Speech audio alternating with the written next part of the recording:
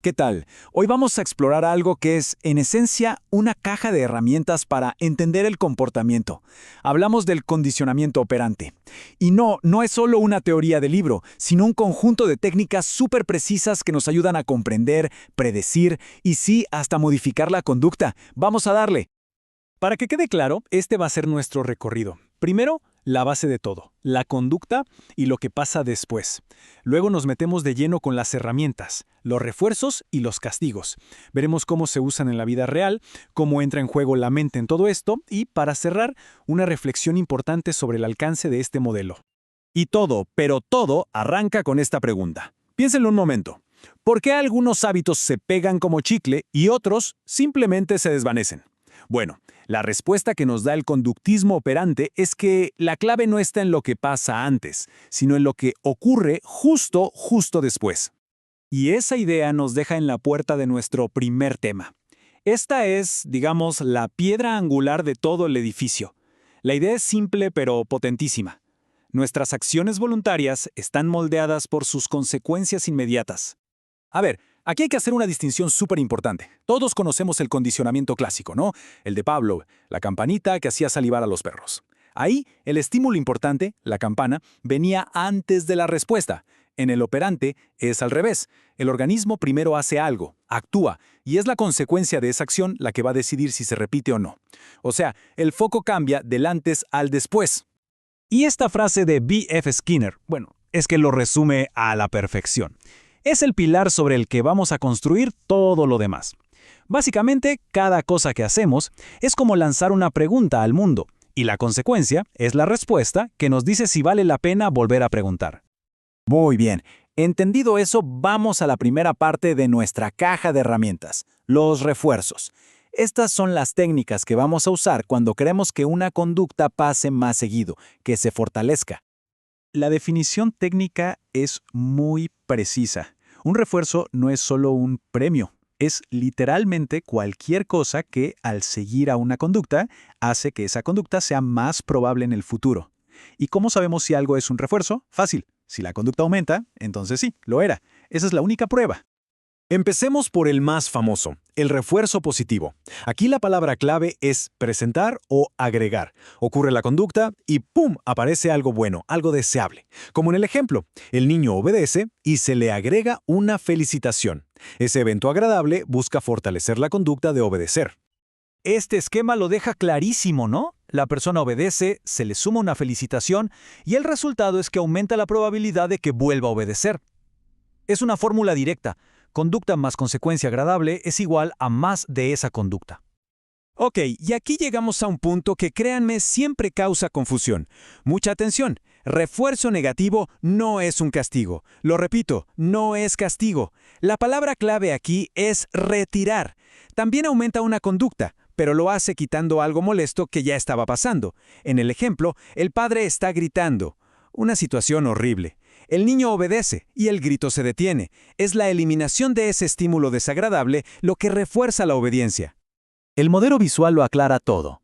La conducta de obedecer causa que se reste algo malo, el grito, y el resultado final es el mismo que en el positivo. La conducta de obedecer se fortalece. Así que, para que quede claro, ambos refuerzos aumentan la conducta. La única diferencia es cómo. Uno suma algo bueno, el otro resta algo malo. Ahora sí, pasemos al otro lado de la caja de herramientas.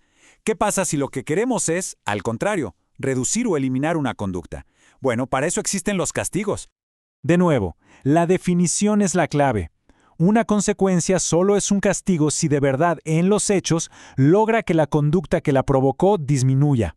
Si la conducta sigue igual o aumenta, pues por más desagradable que sea la consecuencia, técnicamente no funcionó como castigo. El castigo positivo, tal como el refuerzo positivo, implica presentar o agregar algo. La diferencia, obvio, es que lo que se agrega es algo que no queremos, algo aversivo. La multa de tránsito es el ejemplo perfecto. Se introduce una consecuencia desagradable para debilitar la conducta de manejar rápido. Este esquema no podría ser más claro. La conducta de exceder la velocidad lleva a que se sume una consecuencia negativa, la multa. El resultado que se busca es, por supuesto, una disminución de esa conducta en el futuro. Y para cerrar el cuarteto de mecanismos básicos, el castigo negativo. Aquí la palabra clave vuelve a ser retirar, como en el refuerzo negativo. Pero ahora lo que se retira es algo bueno, algo que nos gusta, un privilegio. No hacer la tarea tiene como consecuencia que te quiten el permiso para salir. Y este esquema lo ilustra de maravilla. La conducta de no hacer la tarea provoca que se reste un privilegio, y la consecuencia deseada es que esa conducta disminuya. Y ahí los tienen, los 4 pilares. 2 para aumentar conductas y 2 para disminuirlas. Todo se basa en si agregamos o quitamos estímulos, ya sean agradables o molestos. ¡Perfecto! Ya dominamos las herramientas básicas. Ahora, veamos cómo se usan en la práctica, cómo se organizan en estrategias más complejas. Porque no se trata solo de reforzar o castigar al azar, sino de saber cuándo y cómo hacerlo. Lo genial de esta tabla es que nos muestra que el cómo entregamos el refuerzo cambia por completo el comportamiento. Miren la razón variable. El refuerzo llega cuando menos te lo esperas. ¿Les suena? Claro, son las máquinas tragamonedas. Es esa imprevisibilidad la que nos mantiene enganchados, generando la respuesta más persistente de todas. Por otro lado, un intervalo fijo, como tener un examen cada viernes, hace que la gente se ponga a estudiar como loca el jueves por la noche. ¿Ven? El patrón de entrega lo es todo. Y aquí tenemos una aplicación súper estructurada, la economía de fichas. Esto es básicamente crear un pequeño sistema económico. Las conductas que queremos fomentar ganan fichas, como si fueran dinero, y esas fichas luego se pueden canjear por premios más grandes. Es una técnica que se usa muchísimo en escuelas y en terapia porque, vamos, sistematiza de forma brillante todos los principios que acabamos de ver. Ahora, uno podría preguntarse, ¿acaso todo es una respuesta automática a las consecuencias externas? ¿No hay nada en medio? Bueno, el modelo conductista también evolucionó. Vamos a ver cómo se empezó a abrir esa caja negra de la mente, en gran parte gracias a un señor llamado Albert Bandura. Bandura llegó con una idea que cambió el juego. No siempre tenemos que vivir las consecuencias en carne propia. Podemos aprender viendo a los demás. A esto le llamó aprendizaje vicario. Y no solo eso, también le dio importancia a lo que pasa dentro de nosotros. Cómo nos echamos porras, o sea, el autorrefuerzo, o cómo nos criticamos, el autocastigo. Y quizás su aporte más potente fue el de autoeficacia, la fe que tenemos en nuestra propia capacidad para hacer algo bien, un factor puramente mental que es un motor potentísimo para la conducta. Bueno, hemos hecho un buen recorrido. Vimos el poder de este modelo desde sus tuercas y tornillos básicos hasta sus aplicaciones más complejas y su evolución. Es, sin duda, una herramienta súper potente para el cambio. Pero esa misma potencia nos obliga a detenernos y hacer una reflexión final. Y este es el punto clave con el que quiero que nos quedemos. La capacidad de moldear la conducta con estas técnicas es enorme. Y con un gran poder, ya saben, viene una gran responsabilidad ética. La pregunta de dónde termina la ayuda y dónde empieza la manipulación no tiene una respuesta fácil.